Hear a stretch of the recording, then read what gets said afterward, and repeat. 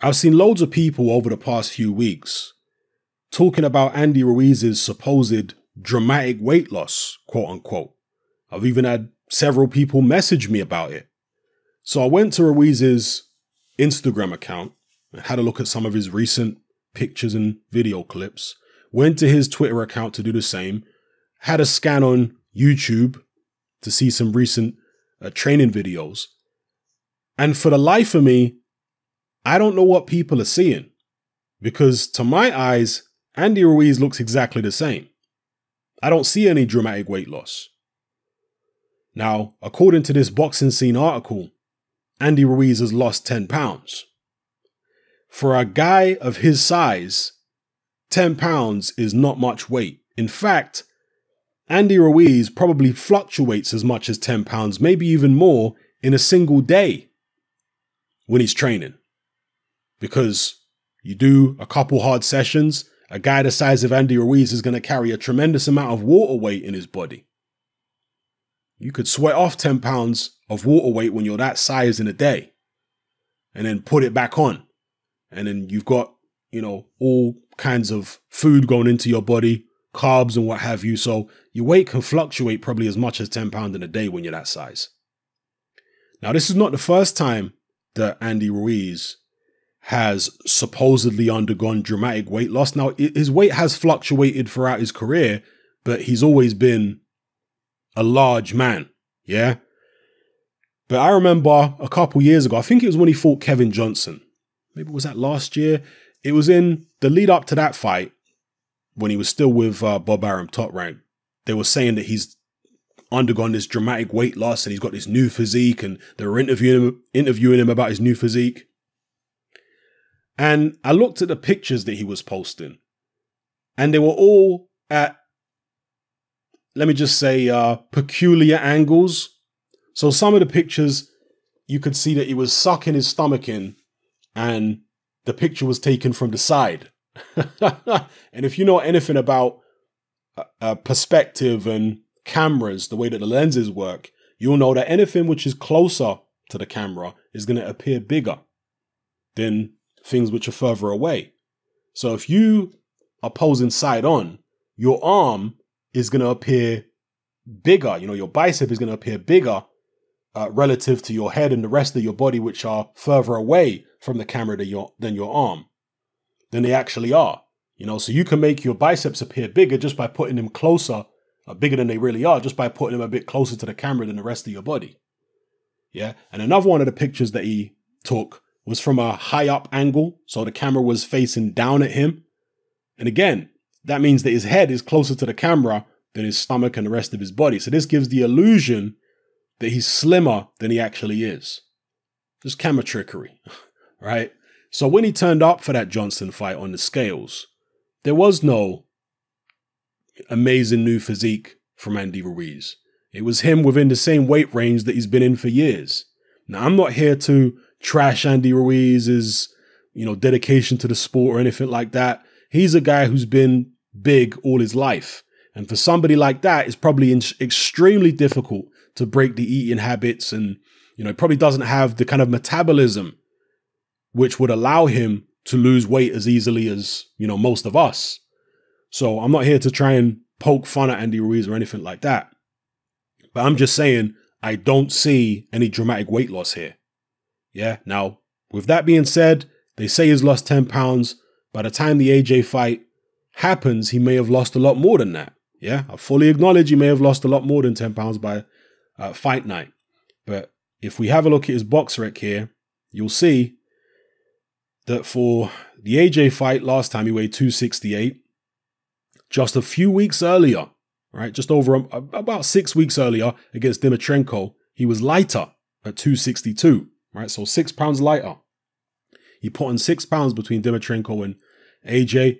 Again, that could have been just having a bigger meal on the day, consuming more fluids on the day. Who knows? He was substantially lighter, though, against Kevin Johnson than he was against AJ. He was 252 against Kevin Johnson. Interestingly, that fight went the distance, the 10-round distance. 260 against Devin Vargas, 255 against Parker. I think the lightest he's ever been was this fight here back in 2013 when he was 246 against Matthew Greer. And even at 246 or around that kind of weight, you know, just below 250, he's still carrying a lot of body fat. Yeah. Now, I've seen some people online, including, by the way, Tim Bradley, saying that he's worried about Andy Ruiz losing too much weight because it might actually weaken him and take some of his power away.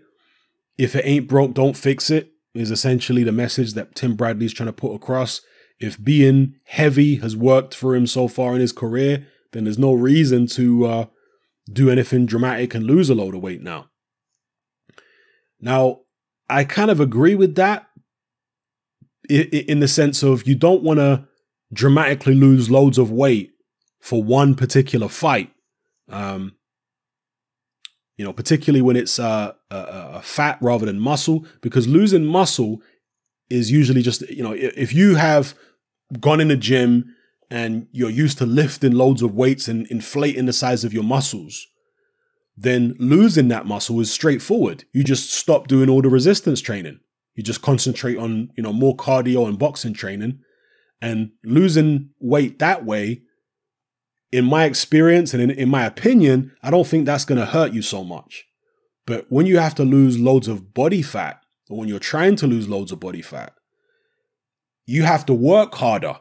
You understand? You have to put yourself through extreme, intense training and conditioning to get that body fat off. Whereas with the losing the muscle, it's just a case of, again, this is if it's inflated muscle when you've been doing loads of weights normally in your training camps. It's just a case of laying off the weights and the muscle will reduce by itself. You don't have to do any special kind of training to get it off. Do you understand? So yeah, if you're losing loads of body fat in a relatively short space of time, that can be detrimental. That can hurt you. It can make you weaker and all that kind of stuff. Your body needs time to adjust to a new lower weight if you've just lost a load of body fat. Now, not everybody's body is the same. Some people are going to adjust quicker than others. But from what I've seen in boxing over the decades, you'll generally need to bring your weight down gradually. And when I mean gradually, it might even be over the course of minimum a year, maybe even 2 years, where you gradually bring that weight down and your body gets used to being lighter and it gets used to functioning at this lower weight. You know, it's almost as if, you know, I'm no biologist, but it's almost as if your body, it kind of reorganizes the way it extracts energy. You know, so maybe when you've got loads of body fat on you, it's actually relying on the body fat for a lot of the energy. And once you've got rid of the body fat, it's like, hey, where are we supposed to get the energy from? You know, maybe it's that, I don't know. But I've definitely observed this over the years. People who have lost loads of body fat and they're in much aesthetically better condition, but they've got less energy. You know, it could just be a case of, I don't know, adrenal burnout or, you know, whatever the case may be. Who knows? Hopefully Andy Ruiz will be at his best when he fights AJ in the rematch. And I say that, you know, with no disrespect to AJ or any of AJ's supporters, but I just want to see everybody at their best when they step into a boxing ring. Because I'm a fan of boxing. I want to see the best possible entertainment that fight can provide. Therefore, I need to see Ruiz at his very best. And AJ at his very best. So let's hope Andy Ruiz has the perfect training camp. Let's hope AJ has the perfect training camp and may the best man win. Let me know what you guys think in the comment section below. Do you think Ruiz has lost a load of weight? Does he look dramatically different to you? Certainly doesn't to me. You know, the way he is right now is well within the weight range that he's been for several years. What do you think his optimum weight should be? Do you think he'd be more effective if he was like under 240 pounds? Or do you think he'd be less effective? It's not even just the way your body extracts energy, you know, or obtains energy that may change when you lose weight. It's also learning how to move around without the extra body weight on. Because when somebody is used to plodding around the ring because they've got so much weight on them, excess weight, like Ruiz, even though he's got fast hands, he plods because he's so heavy. If he lost all that weight, he might have to train, his legs and all that other kind of, his legs and just his body to, move knowing that it doesn't have all the weight. Because right now he's probably compensating for the extra weight in terms of the way he moves around the ring. But when you've lost all the weight, you can move in ways which you couldn't move before, Hopefully that makes sense to some people. It made sense in my head. It might not have made sense the way I explained it. Anyway, people, let me know what you guys think in the comment section below. It's happening. I'm out.